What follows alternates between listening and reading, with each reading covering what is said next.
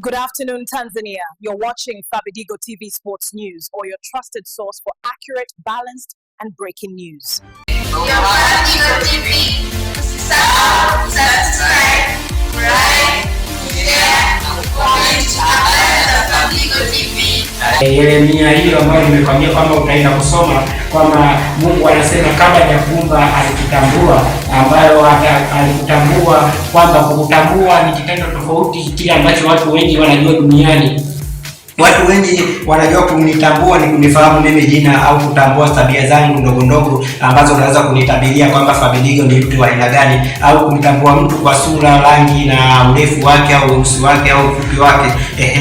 Ndipo wengi wanavyojua. Au wataalamu wa saikolojia wanasema labda amekusoma saikolojia anaweza kukutambua saikolojia, yani kwamba huyu anakutambua hivi, anakutambua hivi. Hizo saikolojia sivyo vile Mungu anavyosema katika Yeremia hii tuliyokwambia hapo. Ukisoma Yeremia 1:5 kwa sauti ya mamlaka, yani kwamba Mungu alikujua wewe kabla hajakuumba tumboni mwa mama yako, hata wazazi wako kabla hajakutana, yeye alishakujua. Alikujua kwa sababu gani? Alikujua kwamba wewe utakuwa kiumbe fulani duniani na alikuleta duniani kwa makusudi yake. Kwa hiyo basi shida zozote ambazo unazipitia na vitu vyote unavyovipitia, huwezi kujiita wewe hauna thamani hapa duniani, kwamba Bwana Mungu alishakujua kutoka kabla hujawa tumboni mwa mama yako, na alishakutakasa na alishakujua wewe utakuwa ni mtu wa aina gani. Kama utakuwa ni rais, utakuwa rais, utapita vikwazo vingi sana. Kama utakuwa ni mkulima mzuri, utakuwa ni mkulima mzuri. Alafu kuna kitu hapa nimekigundua, nataka nikuelekeze wewe kwamba kuna watu wengi unaomwambia mtu utakuwa ni mkubwa, anahisi kwamba atakuwa na magorofa, atakuwa na magari, atakuwa na vitu vingi. Ukubwa kwa Mungu haumaanishi kumiliki magari na majumba. Nyumba na magari yote vinaishia duniani. Huo sio ukubwa. Wewe usije kahisi kwamba wewe ni mkubwa, unahisi mbona mimi wananiita hapa ni mkubwa, matabiri wamenitabiri mimi ni mkubwa lakini mimi maskini. Kumbuka Yesu Kristo alikuja hapa duniani wakamuita mfalme wa Wayahudi, na mpaka sasa tunamuita Yesu Kristo ni mfalme wetu. Mungu Yesu Kristo hakuwahi kumuona anamiliki magari. Hakuwahi kumuona Yesu Kristo anamiliki ndege hapa duniani. Ukubwa ni mambo ya kiroho, kwamba unaposaidia watu, umesimama mbele ya watu, watu wanakusikiliza wewe, huo ndio ukubwa. Maana kuna mwingine hawezi kunielewa hapa, anaweza kusema atakwenda mkubwa wakati sina hela. Hela ni kitu gani?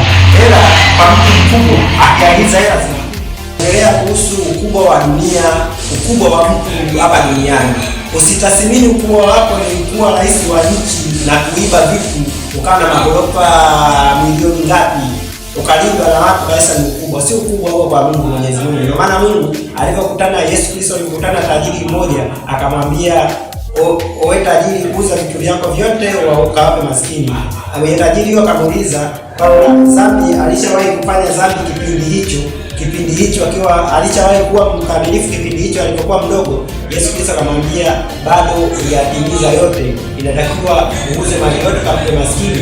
Tutaenda kuniambia kwamba labda Yesu mwambie kwamba yeye ulimwambia kwamba eti ulipokuwa kijana ulitimiza yote, sivyo? Maana sasa hapa nilikuwa kwenye pointi moja ya ukubwa. Ukubwa maana kwamba hapa pointi ya 3 inasema nilikuweka kuwa nabii wa mataifa, uteuzi na wito. Uchambuzi: Yeremia alipewa wito wa kuwa nabii, lakini wewe unaweza kuwa umepewa wito wa kuwa mwalimu, mtengenezaji mazuri, kama labda mfano kama mimi Fabidigo nilikuwa mtengenezaji mazuri, leo unanisikiliza. Huo ni ukubwa, kwa sababu mimi natengeneza mazuri. Sifanyi kazi hii kwa ajili labda ya mimi nipate hela tu. Ukubwa maana yake kuonesha watu na wasaidia vipi. Maana katika haya maisha ambayo nafanya hapa, kuna mtu kauli hizi ambazo nazitoa kwenye Biblia zitajenga, zitabadilisha maisha yake. Kama wewe unajenga na kubadilisha watu, huo ndio ukubwa, maana jamii inakutegemea. Kwa maana yake kwamba ukubwa sio kumiliki gorofa. Unaweza kuwa na gorofa 10 lakini zote gorofa hizi zikaanguka siku hii, zikateketea, zikaanguka. Ngoja isikia kwamba nyumba, mtu alijenga nyumba lakini nyumba ikaanguka, ikapigwa shoti. Kama ilipigwa shoti nyumba ikaanguka, mtu alikuwa tajiri hapo kama maskini pale au amekufa. Alipokufa, je, alizikwa navyo? Anakuwa hajazikwa navyo. Lakini kama ulikuwa mkubwa kwenye jamii, tuchukulie mfano kama Mwalimu Julius Kambarage Nyerere, watu au Magufuli, watu wanakwenda kukumbuka. Umekufa lakini umeacha jina, watu wanakulilia. Na nikwambie kitu ambacho kijui,